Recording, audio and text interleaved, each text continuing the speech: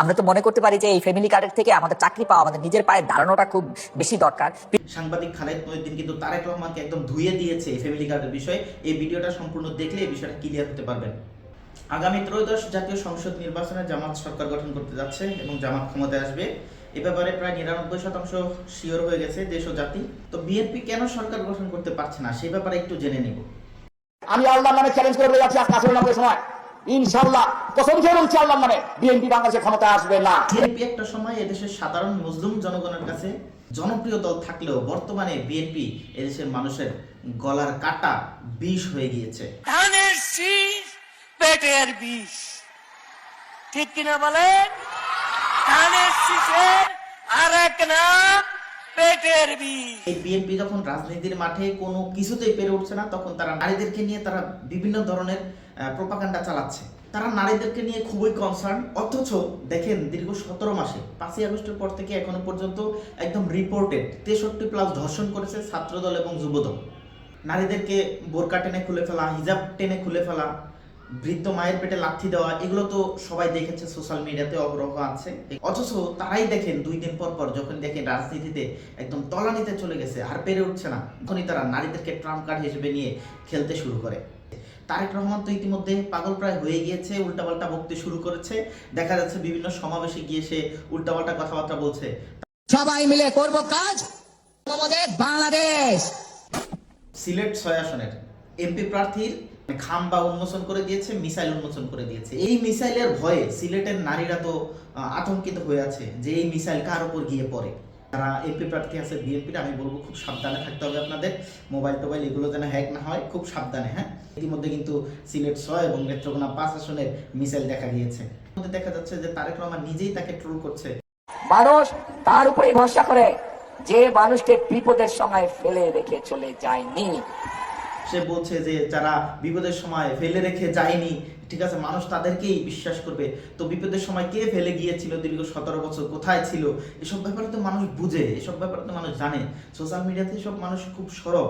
তারেক রহমানকে দেখা গেছে যে বিভিন্ন স্টেজে দাঁড়িয়ে সে বলছে যে জান্নাতের টিকিট বিক্রি করে একদল ইসলামের নাম দিয়ে। তো ইসলামের নাম দিয়ে জান্নাতের টিকিট বিক্রি করে, তো বিএনপি তো ইসলামের নাম ছাড়াই জান্নাতের টিকিট বিক্রি করছে, এরকম অনেক প্রমাণও আছে।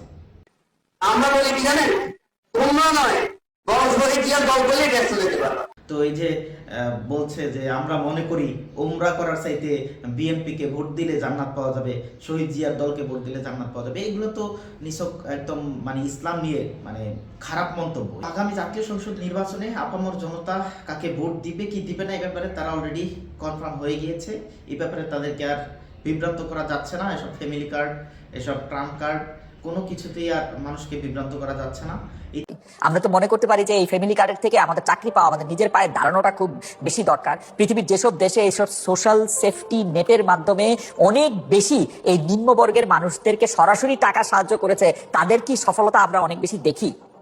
এই নির্বাচনের আগে যে টোপ আমি বলতে চাইলাম না, আপনি সবার জন্য এটা উন্মুক্ত রাখছেন।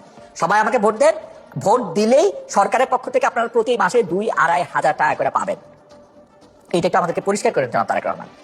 এবং সরকারি টাকা দিয়ে, মানে এই টাকাটা কিন্তু আপনার না, এই টাকাটা সরকারের। এখন সরকারের টাকা সরকার আসার আগে আপনি ব্যবহার করতে পারেন কিনা, সেটা বলতে পারেন কিনা, সেটাও কিন্তু একটু মনে রাখবেন। মানে যাদেরই একটি পরিবার আছে, টিএনওর স্ত্রীর কাছেও যাবে, ইউনিয়নের স্ত্রীর কাছেও যাবে, এবং সাধারণ যে মানুষ ভ্যান চালক, রিক্সা চালক, তাদের সবার কাছে যাবে। অর্থাৎ বাংলাদেশে যদি 4 কোটি পরিবার থাকে, সেই 4 কোটি ফ্যামিলি কার্ডে যাবে। ইন্টারেস্টিং, তাই না? যার দরকার নাই উনি এটা ফিরিয়ে দিবেন। আমার কাছে কিন্তু এটা মনে হয়েছে যে তারেক সাহেব এটা একদম পিওর।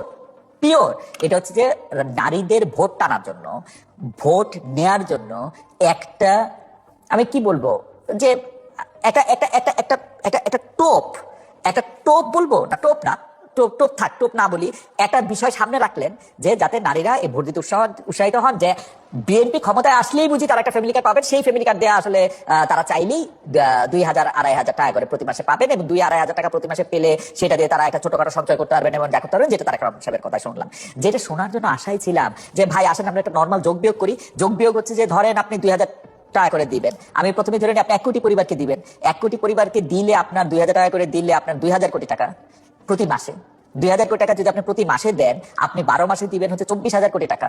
24,000 কোটি টাকাকে যদি আপনি একটু রাউন্ড করি, ধরেন এটা 25,000 কোটি টাকা। এই 25,000 কোটি টাকার যে বাজেট, সেই বাজেটের সংস্থান করতে হবে সেটাও আপনি ভেবে রাখছেন নিশ্চয়ই। আপনার সোশ্যাল সেফটি নেটের মধ্যে থেকে সেটা ঠিক আছে। আর আমি তো এখানে 1 কোটি লোকের হিসাব করলাম, এটা যদি 2 কোটি হয় তাহলে আপনাকে দিতে হবে, বাজেটের সংস্থান রাখতে হবে 50,000 কোটি টাকা। কোথা থেকে আপনি কমাবেন বা কোন জায়গায় আপনি এটা বাড়াবেন সেটাও আপনি একটু আমাদেরকে বললেন।